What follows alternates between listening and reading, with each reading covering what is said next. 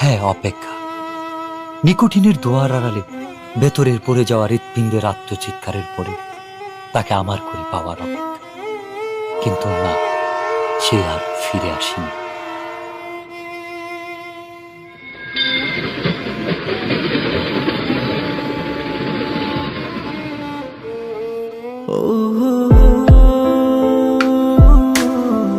তবে এসেছিল এই পাহাড়ের পাদদেশে আজ থেকে অনেক বছর আগে, সন্তের জেগেরা সীমান্তবর্তী জেলা শেরপুরের প্রত্যন্ত একটি গ্রাম।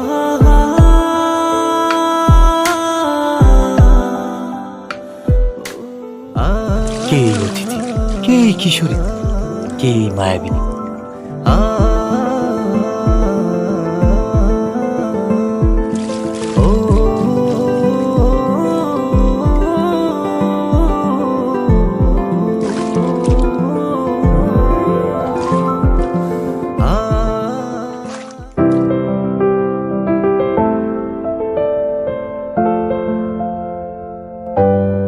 যার বিরহের অনলে পড়ে স্বপ্নের মতোই বদলে গেল এক যুবকের জীবনের গল্প।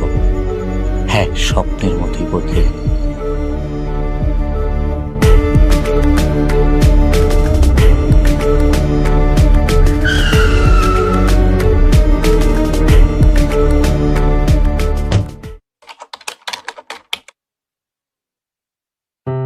খেলাধুলা আর ঘোরাফেরাতে বিভোর হয়ে থাকা ছেলেটার জীবনেও এসেছিল প্রেম।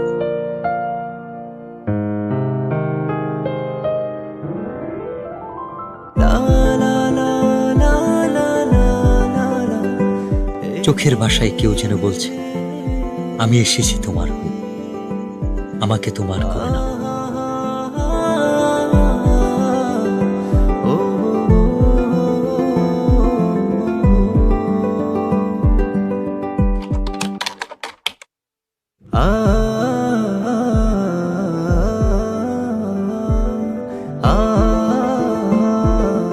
যার সন্ধানে দিন থেকে রাত, সকাল থেকে সন্ধ্যা,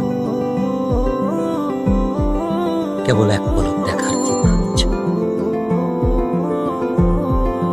সে এক লজ্জা।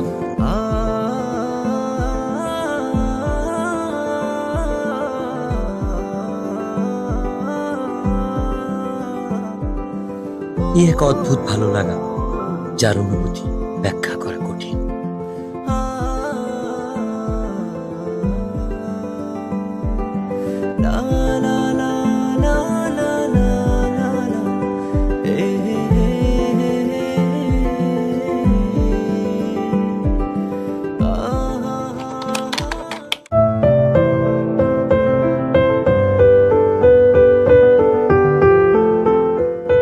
বারবার ফিরে আসি অদ্ভুত একটা টান।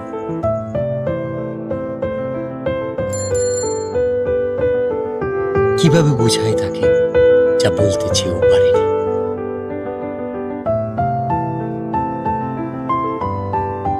আপু, ওই ছেলেটা কে?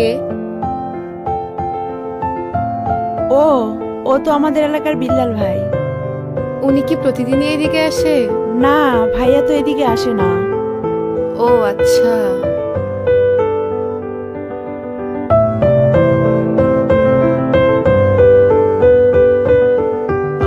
অপেক্ষার প্রহর যেন কাটছেই না। বলতে ইচ্ছে হয়, তবে সুযোগ নেই কাছাকাছি আসার।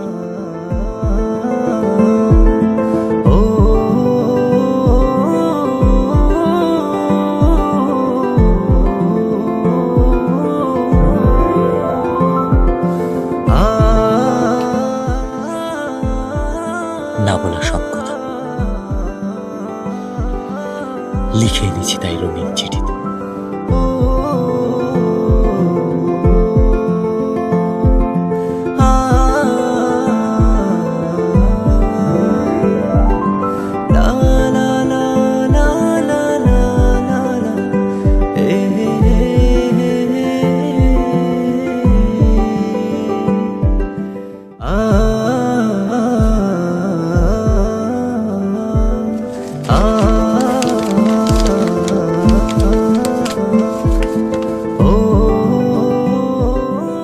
আমার লেখা প্রথম চিঠি, নাম না জানা একজনকে ঘিরে। সেই একজন যাকে আমি লিখে আটকে রাখতে চাই মনের দরজা, যার ছবি আঁকতে চাই ভালোবাসার রঙিন তুলিতে মনের ক্যানভাস। তুমি সেই রমণী যে আমার ঘুম কেড়ে নিয়েছ। রোদ খরার দেশে চাতক পাখি যেমন মেঘের জলের অপেক্ষা, দিনের পর দিন তোমার জন্য আমার অপেক্ষা ফুরাবে না কোনোদিন। আমাকে ভালোবাসা যাবে উত্তরের অপেক্ষা।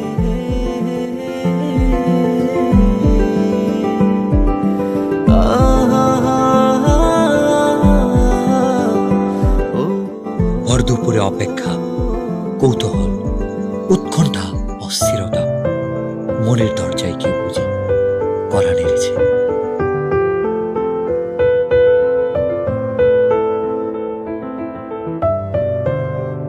আমাকে ডাকছো কেন? একটা দরকার ছিল। কি দরকার? এই চিঠিটা ওর কাছে দিতে পারবা? ওটাকে? ওই যে ছেলেটা আসে। ও আচ্ছা, বিল্লাল ভাই। আচ্ছা দাও।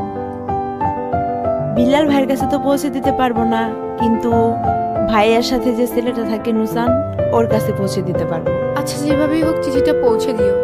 আচ্ছা আচ্ছা ঠিক আছে। ভাই, ইদানিং খেলতে যাও না, ব্যাপারটা কি? আমার খেলতে ভালো লাগে না। তোমার খেলতে ভালো লাগে না? ভালো লাগে না। বুঝছি, কি বুঝছস? কিছু একটা চলে। আরে না, এমনি খেলাধুলা ভালো লাগে না। ভাই কেমন আছো? ভালো আছি। এই নুসান, এদিকে আয় তো। কি হয়েছে, এত চিল্লাইতেছস কেন? দেখোস না ভাই আছে। এই চিঠিটা ভাইয়াকে দিবি। কে দিছে? তোর জানার দরকার নাই, ভাইয়াকে দিলে ভাইয়া বুঝতে পারবে। আচ্ছা তুই দাঁড়া, আমি ভাইকে বলতেছি। আচ্ছা। ভাই, মিলি দিছে।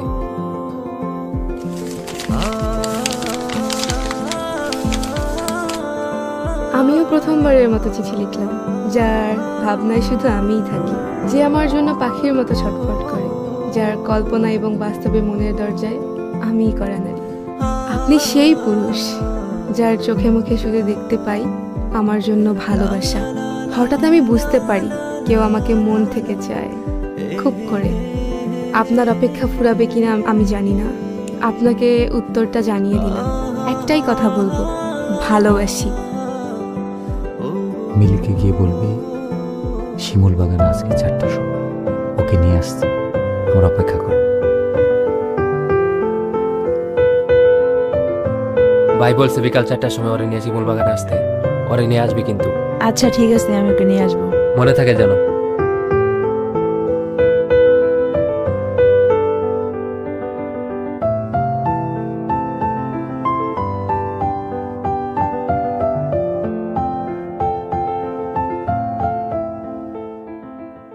আচ্ছা তুই থাক। আমাকে ডেকেছো কেন? তোমাকে দেখার জন্য। অনেকক্ষণ ধরেই তো দেখছো, আর কতক্ষণ? দেখতে কি প্রবলেম? শুধু কি দেখবা নাকি আর কিছু বলবা? I love you.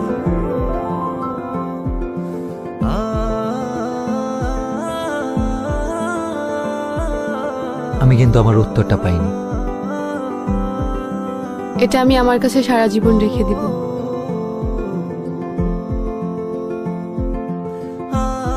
প্রেম বুঝি এতটাই রঙিন লাগে?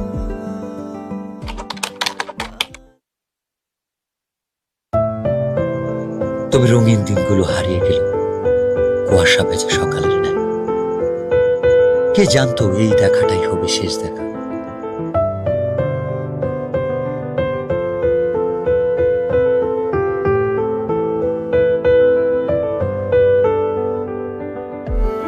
অনেক দিন তো হয়ে গেল, মনে হয়তো চলে যাব।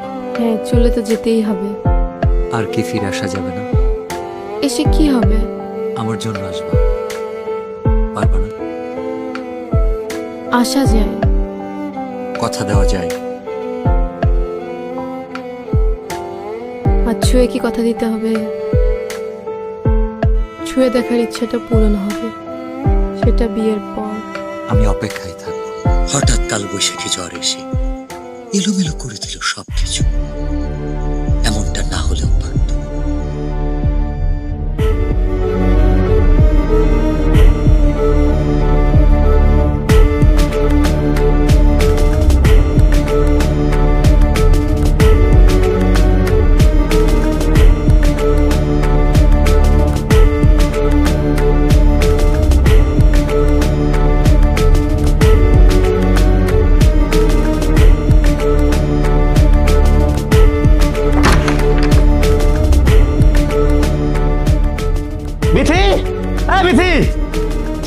চিল্লাচ্ছ কেন? তোর বোন কি এলাকা ঘুরতে আসছে নাকি আমার মান সম্মান নষ্ট করতে আসছে? কেন? আমার বোন কি করছে? এই তোর বোন বিল্লার সাথে কি করে? ওর সাথে আমি যেন না দেখি।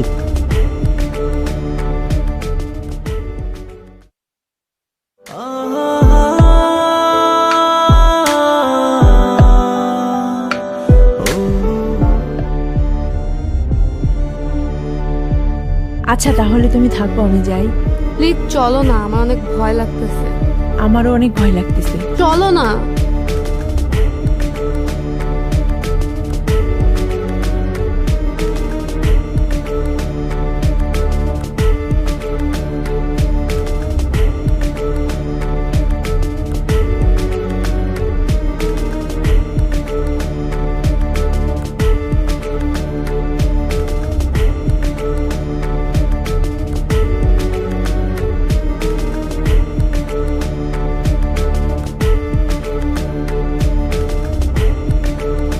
তোকে যেন আর কারোর সাথে মিশতে না দেখি, আর কালকে সকালেই তুই চলে যাবি।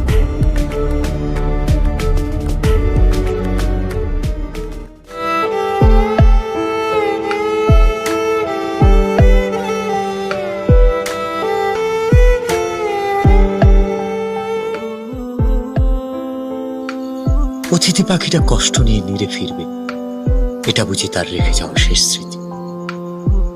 চোখের জলে লেখা যে চিঠি, সেটা শুধু একটা কাগজ নয়, হৃদয় গহীনে জমানো কথার উন্মোচন।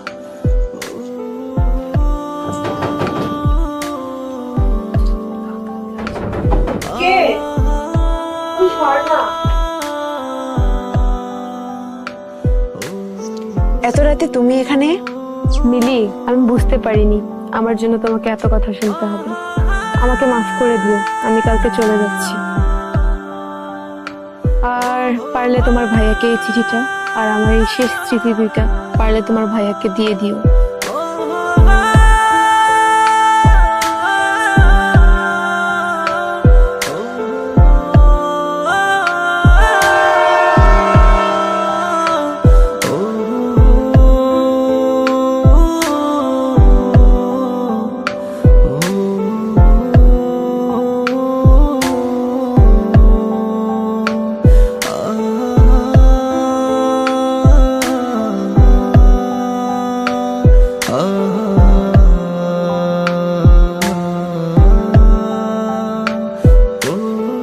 রঙের চিঠিতেও রং নেই, আছে কাছ থেকে দূরে যাওয়া।